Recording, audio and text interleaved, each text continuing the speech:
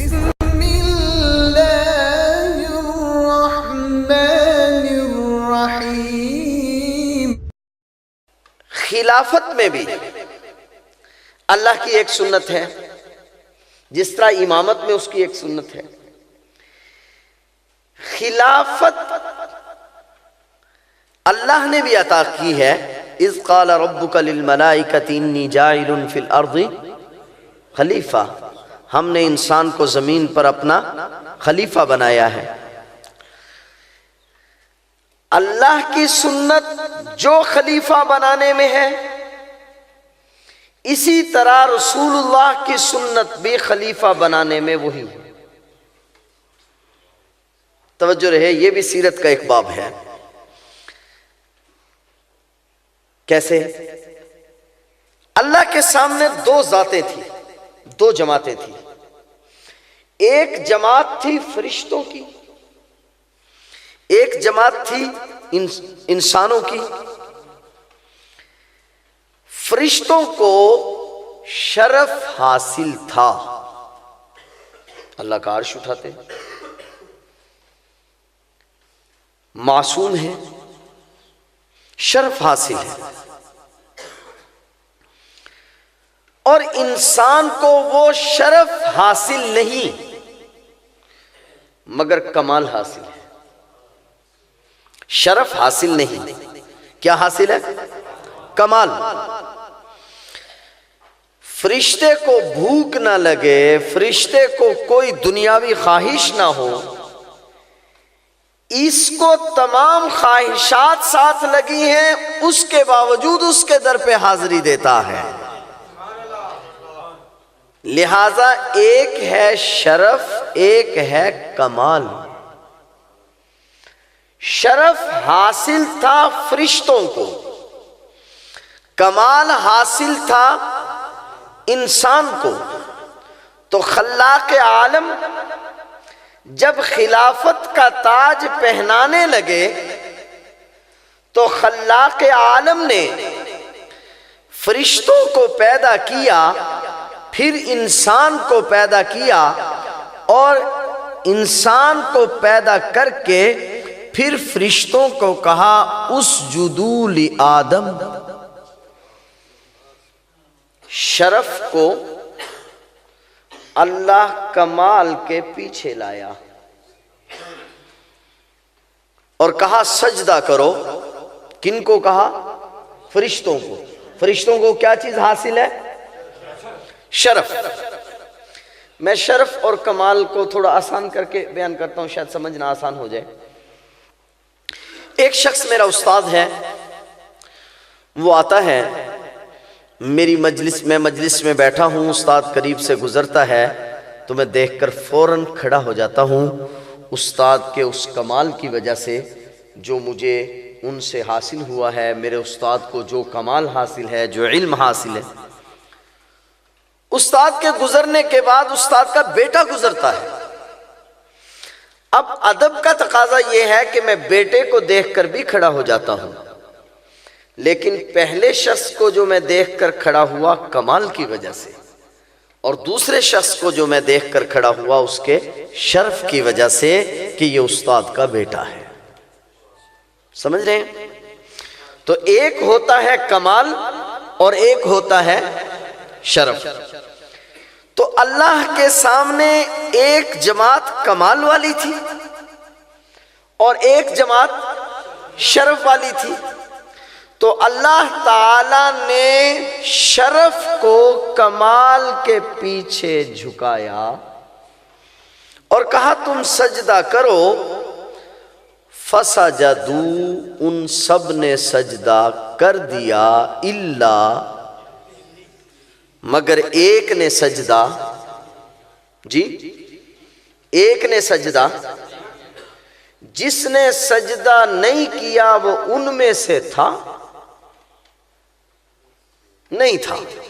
توجہ رہے، ان میں سے، ہاں عبادت وغیرہ کرنے سے ان کے ساتھ رہتا تھا، ان میں سے تھا، انکار کر دیا۔ تو گویا کہ جو صاحب شرف تھے انہوں نے انکار نہیں کیا. یہ صاحب شرف نہیں تھا ویسے ان کے ساتھ رہتا تھا. سنت اللہ یہ ہے کہ جو اچھوں کے ساتھ رہتا ہے اس کو بھی نواز دیا جاتا ہے. تو ویسے اس پہ نظر کرم تھی کیونکہ وہ بڑوں کے ساتھ رہتا تھا. ویسے ان میں سے تھا بھئی ابلیس ان میں سے تھا نہیں تھا, ان میں سے نا جنات میں سے تھا.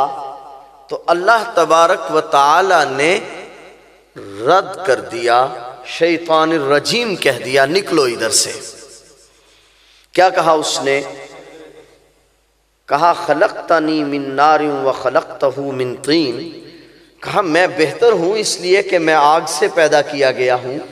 حکم یہ ہوا کہ یہاں بہتری کا مسئلہ نہیں چل رہا, ہمارے حکم کی بات ہے. بہتر اور آدم بہتر کی بات نہیں ہو رہی, بات ہو رہی ہمارے حکم کی. جب ہم نے حکم کیا تمہیں سجدہ کرنا چاہیے بس. تو اس نے سجدہ نہیں کیا, ان میں سے نہیں تھا. توجہ کرنا, سنت اللہ یہ ہے کہ اللہ خلافت کا تاج کمال کو دیتا ہے, شرف کو. ہمارے پیغمبر امام الانبیاء صلی اللہ علیہ وسلم نے بھی خلافت کا تاج پہنانا تھا. توجہ رہے, خلافت کا تاج پہنانا تھا. اب مسئلہ یہ تھا کہ ایک شرف تھا ایک کمال تھا. شرف حاصل تھا اہل بیت کرام کو. توجہ ہے, شرف حاصل تھا اہل بیت کرام کو جن کو حضور علیہ السلام کے صحابیت کے ساتھ حضور علیہ السلام کے خاندان ہونے کا شرف بھی حاصل تھا, اور کمال حاصل تھا صحابہ کرام رضوان اللہ تعالی عنہم اجمعین کو. اب حضور علیہ السلام کے سامنے دو شخصیتیں تھی. ایک حضرت عباس رضی اللہ تعالیٰ عنہ, یہ چچا ہے نا, شرف ان کو زیادہ قریب کا حاصل ہے. حضرت عباس رضی اللہ تعالیٰ عنہ اور دوسرے سیدنا ابو بکر صدیق رضی اللہ تعالیٰ عنہ. تو سرکار دو عالم صلی اللہ علیہ وسلم نے اپنے رب کی سنت پر عمل کیا, اور سرکار دو عالم صلی اللہ علیہ وسلم نے حضرت عائشہ سے کہا مرو ابا بکر فلیصلی بالناس, ابو بکر سے کہو نماز پڑھائے. ذرا توجہ, میں اپنے انداز میں کہنا چاہتا ہوں. عائشہ ذرا کمال کو مصلی پر پہنچاؤ, میری طبیعت ٹھیک نہیں. حضور علیہ السلام کی ابھی طبیعت سنبھل نہیں رہی, نمازیں ابو بکر پڑھا رہے ہیں. میں اور اپنے انداز میں کہنا چاہتا ہوں, ذرا غور کرنا. عائشہ کمال کو ذرا مصلی پر پہنچاؤ.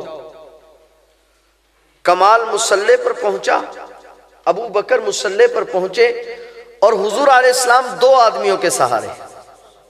کس کس کے؟ حضرت عباس اور حضرت علی. توجہ رہے, میں نے مسئلہ سمجھانا ہے, تقریر نہیں ہے. حضور علیہ السلام دو شخصوں کے سہارے, حضرت عباس اور حضرت علی. کمال کو کہا نماز پڑھاؤ, اور آپ چلے بلایا حضرت عباس اور حضرت علی کو. گویا کہ حضور یہ کہنا چاہتے ہیں عائشہ ابو بکر کو کہو کہ نماز پڑھائے, اور میں ذرا اہل بیت کو پیچھے لے کر آتا ہوں تاکہ دنیا کو پتہ چل جائے شرف کمال کے پیچھے آیا کرتا ہے, آگے نہیں جایا. بات سمجھ میں آئی ہے یا نہیں سمجھ میں؟ تو حضور علیہ السلام نے کمال کو آگے کیا اور خود اہل بیت کو ساتھ لے کر, یعنی حضرت عباس اور حضرت علی کو ساتھ لے کر تشریف لائے, اور انہیں ابو بکر کے پیچھے نماز کے لیے کھڑا کیا، حضور نے جو مرو ابا بکرین کہا تو جو شرف والے تھے وہ تو سب پیچھے آ گئے، اگر کسی نے بعد میں انکار کیا ہے تو وہ اور کوئی ہوگا، کیونکہ شرف والے تو صاحب کمال کے پیچھے آ جایا کرتے ہیں۔ میری بات سمجھ رہے ہیں یا نہیں سمجھ رہے؟ تو شرف والے تو جتنے تھے وہ تو آ گئے، شرف والے تو جتنے تھے وہ تو پیچھے آ گئے، انہوں نے پیچھے نمازیں پڑھ لی۔ اب اگر کوئی انکار کر رہا ہے اور شرف اپنے آپ کو شرف والا سمجھ رہا ہے تو وہ انا خیر من کہتا رہے، مسئلہ یہ نہیں ہے۔ مسئلہ یہ ہے کہ اللہ کے پاک پیغمبر نے اپنے اللہ کی سنت پر عمل کیا ہے، اور جس طرح اللہ نے خلافت کمال کو عطا کی تھی، حضور نے بھی اپنی امامت، اپنی خلافت کس کو عطا کی؟ کمال کو عطا کی ہے۔ بات سمجھ